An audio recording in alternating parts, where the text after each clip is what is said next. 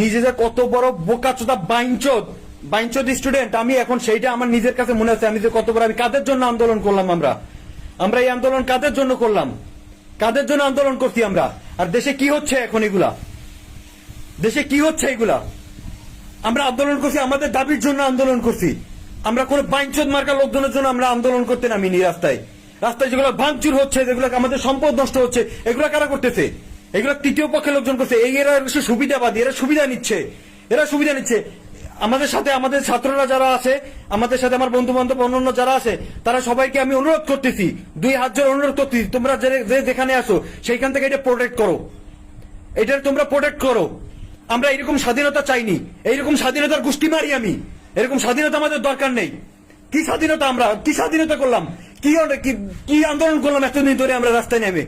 আমরা কি এই আন্দোলন করছি? আমরা তো এই আন্দোলন চাইনি ভাই। রাস্তাঘাটে